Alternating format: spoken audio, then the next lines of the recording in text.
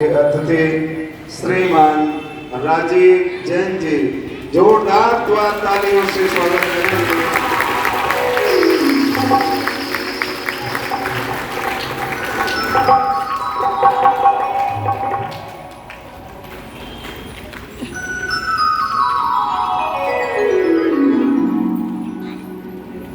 श्री राजीव जैन जी हमारे आपके बीच में उपस्थित हैं और हमें हमारे मंदिर समिति के श्री माननीय प्रधान जी उनका स्वागत कर रहे हैं। जोरदार तालियों से आप भी उनका स्वागत करेंगे।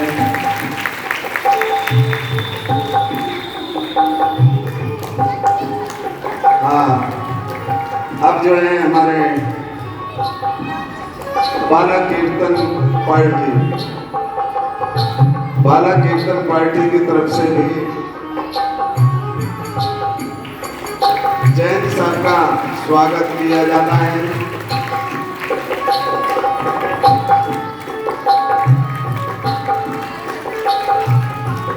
ये बाल कृष्ण भगवान की मूर्ति भेंट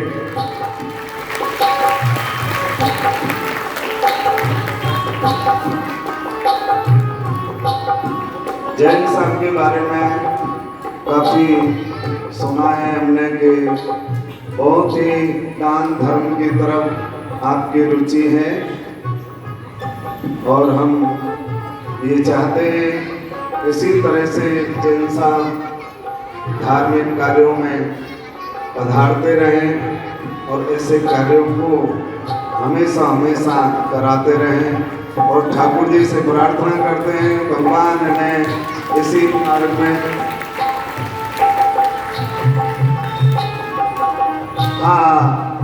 हमारे श्रीमान जैन साहब की तरफ से 11,000 का दान श्रीमद् भागवत कथा के अंतर्गत आया है। भगवान उन्हें बहुत ही प्रसन्न रखें और अपने पथ पर उन्हें आगे हमेशा अग्रसर करते रहें, यही हमारी ठाकुर जी से प्रार्थना है।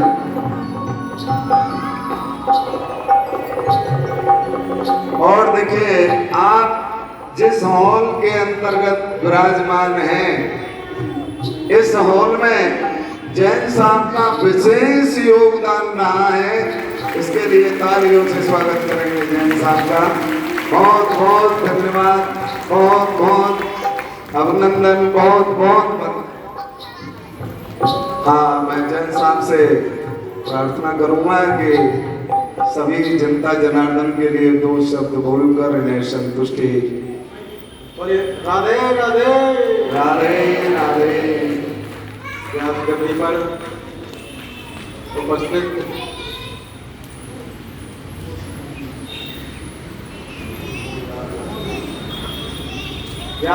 पर उपस्थित जिनके मुखारबिंद से आप भागवत कथा का श्रवण कर रहे हैं, मोहनलाल शास्त्री जी के चरणों में वंदन करता हूँ, ठाकुर जी के चरणों में नमन करता हूँ। भागवत कथा के आज के इस अवसर पर उपस्थित सभी धर्म को वंदन करता हूँ, नमन करता हूँ। और पिछले कई दिनों से आप लोगों को भागवत कथा के गंगा में गोते लगाने का अवसर मिल रहा है और ये हम सबके लिए सौभाग्य की बात है कि भागवत कथा के मामले में ये सोनीपत जो है पूरी भागवत नगरी बन चुकी है। मुझे लगभग पिछले 3 महीनों में इस शहर के अंदर, जिले की बात छोड़िए, इस शहर के अंदर जो है लगभग 2 दर्जन भागवत कथा का आयोजन हुआ है। और आज भी मुझे एक हमारे 15 सेक्टर में और एक जो है 14 सेक्टर में भागवत कथा का आयोजन होने जा रहा है। तो मैं कहना चाहूँगा कि हमें हर वर्ष जो है भागवत कथाओं का आयोजन होता है। ये चिंतन करने की आवश्यकता है, ये मनन करने की आवश्यकता है, क्योंकि कहते हैं कि भागवत हमारे आत्म कल्याण का मार्ग है। अगर जीवन के गूढ़ रहस्यों को कोई प्रतिबिंबित करता है तो वो भागवत पुराण है। भागवत कथा में, भागवत पुराण में सभी वेदों का सार है, सभी ग्रंथों का सार है। इसलिए भागवत पुराण को सर्वश्रेष्ठ ग्रंथ कहा जाता है।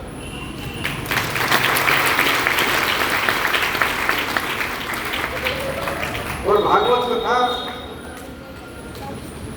जीवन में कोई भी समस्या आ जाए, आप 5 मिनट के लिए जो है भागवत पुराण को खोल कर बैठ जाओ, आपके जीवन की समस्या का समाधान उसमें मिलेगा।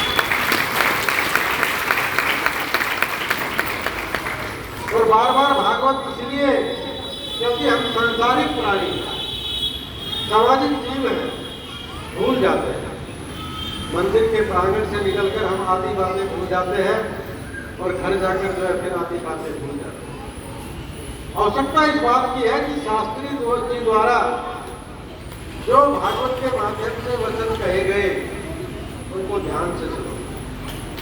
यहाँ बैठे बैठे जो है अगर हमारा ध्यान करने लगा रहे कि 4 बजने वाले हैं, फिर जाकर खाना बनाना है, बच्चों को देखना है, तो भागवत का ज्ञान नहीं होता है। भागवत का ज्ञान अगर लेना है तो पूरा ध्यान जो है भागवत कथा की तरफ हो, तब जो है हमारे जीवन का कल्याण हो सकता है।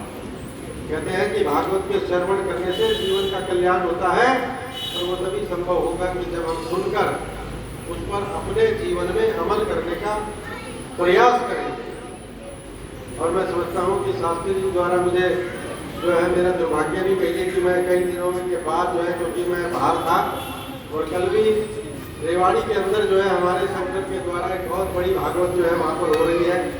जया किशोरी जी जो प्रसिद्ध कथा वाचक है वो वहाँ पर जो है भागवत चल रही है। और वहाँ पर कल महामहिम जी का आग्रह, मैंने मोहित जी को कहा था कि मैं कल आऊँगा, लेकिन कल वहाँ पर जो है महामहिम गवर्नर जी का वहाँ पर जो है वो मुख्य अतिथि थे, इसलिए मुझे वहाँ पर जाना पड़ा। तो मैं कहना ये चाहूँगा कि भागवत कथा हमारे जीवन के कल्याण का मार्ग है, उस पर चलते रहिए। और शास्त्री जी बार जो है इसलिए आना होता है,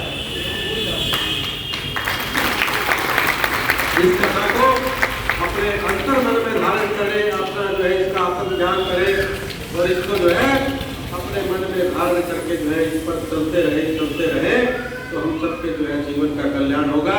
और जिस तरह से भागवत कथा के माध्यम से ठाकुर जी की लीलाओं का वर्णन होता है, कहते हैं कि हम मंदिर में जाते हैं, मूर्ति का दर्शन करते हैं, भगवान की मूर्ति के साथ साथ जो है उसके चरित्र को, उनके चरित्र को भी आत्मसात करना चाहिए कि भगवान ने जो है क्या क्या लीलाएं की और उन लीलाओं के माध्यम से जो हमें संदेश दिया, उन लीलाओं को जो है जीवन में हमें अमल करने की आवश्यकता है।